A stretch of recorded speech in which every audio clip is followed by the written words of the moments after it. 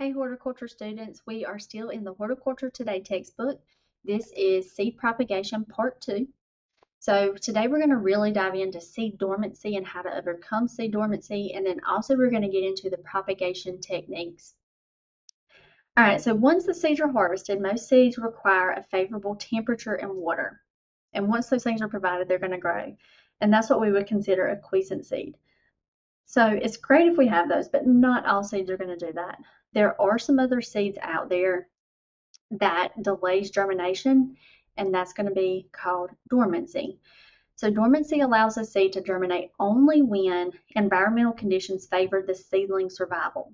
So for temperate species, this often requires a moist chilling period, basically like winter conditions, before the seed will germinate in the spring. Another example is going to be plants that require extremely high temperatures before they germinate. A desert species can survive long droughts and then germinate once there's actual rain. So this is going to be what we call a primary dormancy, and it occurs as the seed is shed from the plant. So that desert plant that gets the water and then it begins to grow, or that plant that experiences winter and then it begins to grow, that's going to be your primary dormancy.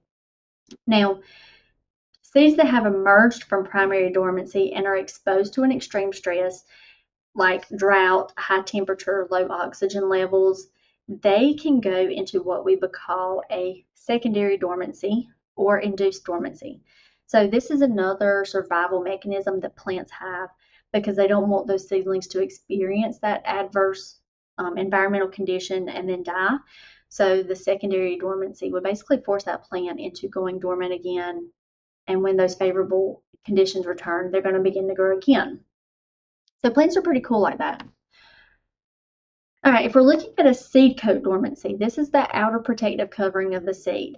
Now, if I'm looking at the Kentucky coffee tree example on the screen, these seeds are really bony and hard, and basically no water gets through to it. Now, that's an issue because we talked about how water is what starts the germination process. So we're going to use a process called scarification or scarification. There's two different ways you can remember it or say it. Scarification because you're scaring it when you break up the seed coat, or scarification because you leave a scar on the seed coat. So the thing about scarification is that there's a couple of different ways we can do this. We can do it mechanically, and that's going to be where we can chip or weaken that seed coat, but we're not actually going to damage the seed itself. We can rub it with sandpaper. We can rub it with a file. We can use fingernail clippers and kind of break that seed coat. We can even use a vise or a hammer. Just depends on what the seed coat is like, how big the seed is, or how thick the coat is. We can use chemical scarification. This is where you could put it in some kind of like sulfuric acid and leave it for an amount of time and then bring it out, rinse it, and plant it right after. So the chemical is basically going to soften that seed coat and allow the seed to start absorbing water and grow. The other method is going to be hot water. So I usually tell people this is something you can do with a crock pot and hot water. It needs to be anywhere from 170 to 212 degrees Fahrenheit. You're going to leave it in there for about 12 to 24 hours, take those seeds out and plant them shortly right after. So that hot water and it being exposed to that is going to also help soften and make that seed coat a little bit weaker so that it can absorb the water up. The next type of dormancy is a chemical dormancy. Some plants have different type, well, all plants have got some kind of chemicals. Everything's made up of chemicals. But there are some that are going to inhibit germination. So it's basically going to stop a gas exchange or just cause it not to happen. So fleshy fruits like citrus, cucumbers, apples, and pears contain substances like phenols, and those are chemical compounds in the seeds. To abscisic acid, which is a plant hormone that inhibits germination.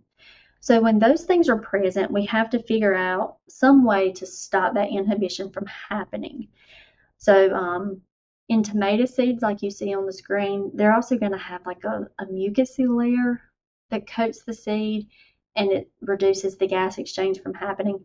We have to remove that.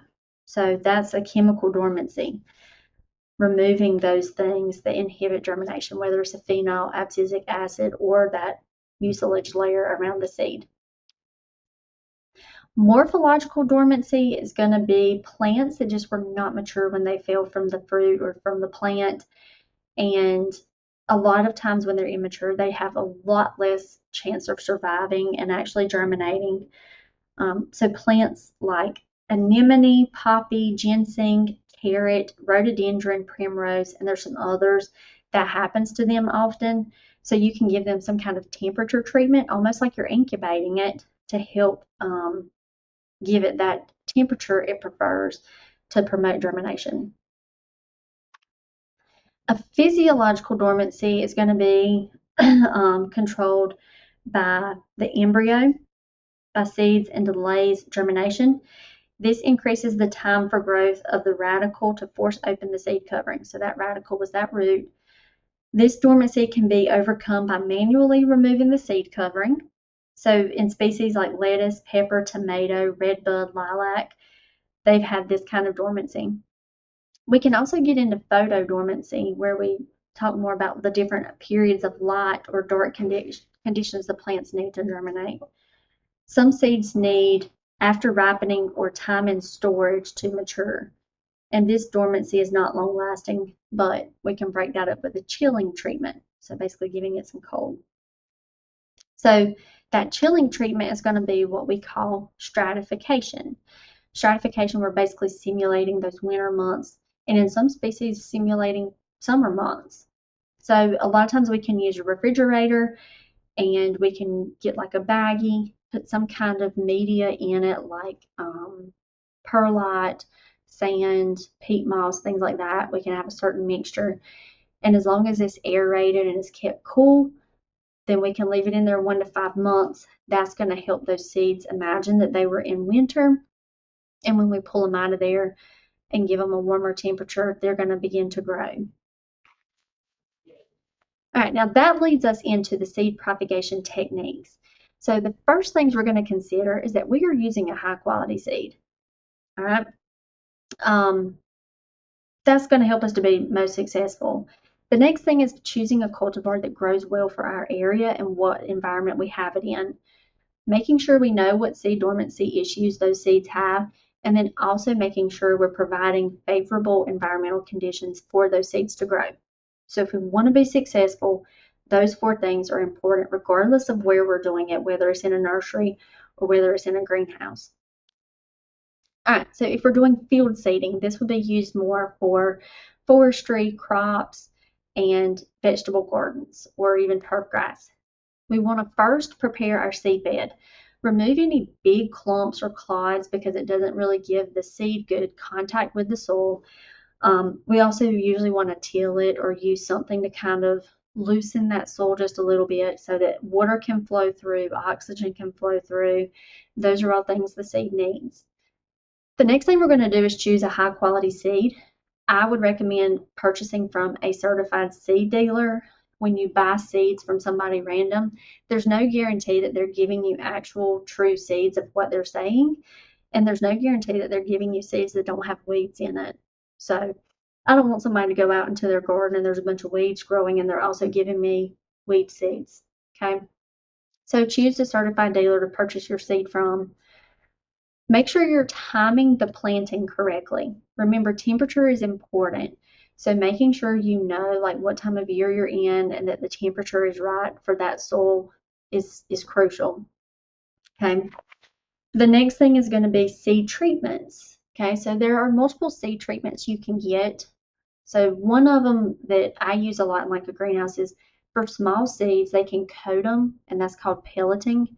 And that just basically makes it easier to plant tiny little seeds.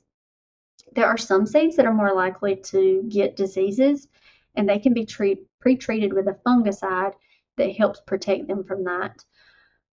Another seed treatment is going to be priming, so giving it a head start toward faster germination rates. And then I think that's it, 3 seed treatments: the fungicide, the priming, and coating. Planting depth is going to be really important. A general rule of thumb is that we plant seeds 3 to 4 times the diameter of the seed. So basically, the larger the seed, the deeper we plant, the smaller the seed, the shallower we plant. Now, if we plant too deep, there's a chance that our seeds could rot or that they just don't emerge. If we plant them too shallow, there's a chance they could wash away or dry out. So planting them at the right depth is important.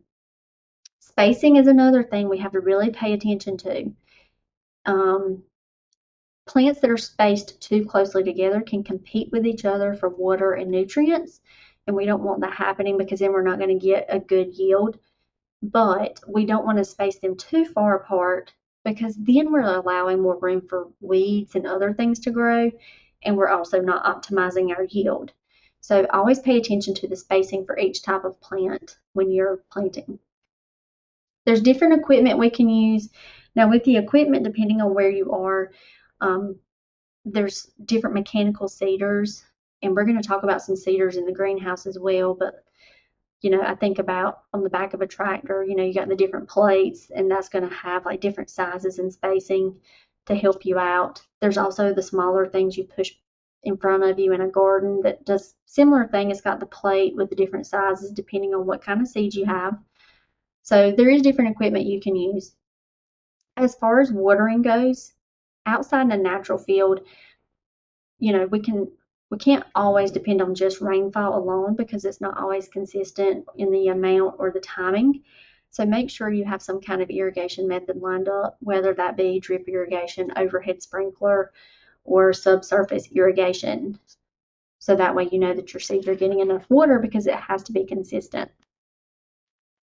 We're going to skip over field nurseries and go into greenhouse production. So the greenhouse is going to offer a controlled condition that is ideal for seed germination, proper temperatures that protect plants from freezing or chill injuries, consistent watering, and soulless potting media that provides drainage and aeration. So most commercial growers are going to specialize in producing plugs for transplants. Okay. These transplants are sold to retail nursery and greenhouse operations where they continue to grow prior to sale. So before the shift to the plug production, and I still do this, I would have a tray. I would put the potting media in there. I would make little rows. I still do this. Sprinkle my seeds in it, and then at some point I transplant them out into the trays they go in. But whenever we purchase plugs from someone, or if we're trying to grow it in that method, we're getting the trays that have their own little individual cell for each seed. So that way it's easier to pop them out. You can use specialized machines to transplant those. And you can produce pretty quickly, 6 to 8 weeks, a plug. So now you even have, companies that specialize in just that, like it's a greenhouse and they produce plugs and they ship them out wholesale. All right, so if we're talking about plugs, we can look at the different phases, and the different phases are going to tell us what we need to do for that plant. In stage 1, you start to see the radical emergence, which is where your root is coming out of the seed. Okay, so in stage 1, I've got to make sure that I'm giving it enough water and that it's getting the proper lighting. Stage 2, I'm going to increase the light. Okay, so that can be supplemental lighting in the greenhouse, whether it be fluorescent lighting or LED, but I'm going to increase light levels to help prevent it from getting long and leggy. Stage 3, I'm going to do the same thing. Stage 4, I know now that it's large enough I can start giving it nutrients, and it's getting to that stage it's ready to be shipped out or transplanted into a larger container. With my germination media, it's going to have to be a finer texture because it's going to allow that good soil to seed contact. It holds moisture but also drains it at the same time. So happy medium, it gives good oxygen levels for the seed, and you can also supply nutrients through that media. Now I can get into the seeders. We've got template or plate seeders, needle and drum. It goes from least inexpensive to most expensive, but it also goes least efficient to most efficient. Now this is going to be for your larger greenhouse operations that are sowing seed very consistently. I would recommend looking up YouTube on these videos just so you can see what they are actually doing. But most of your large greenhouse operations are using some kind of mechanical seeder. Here's some examples of different watering you can have.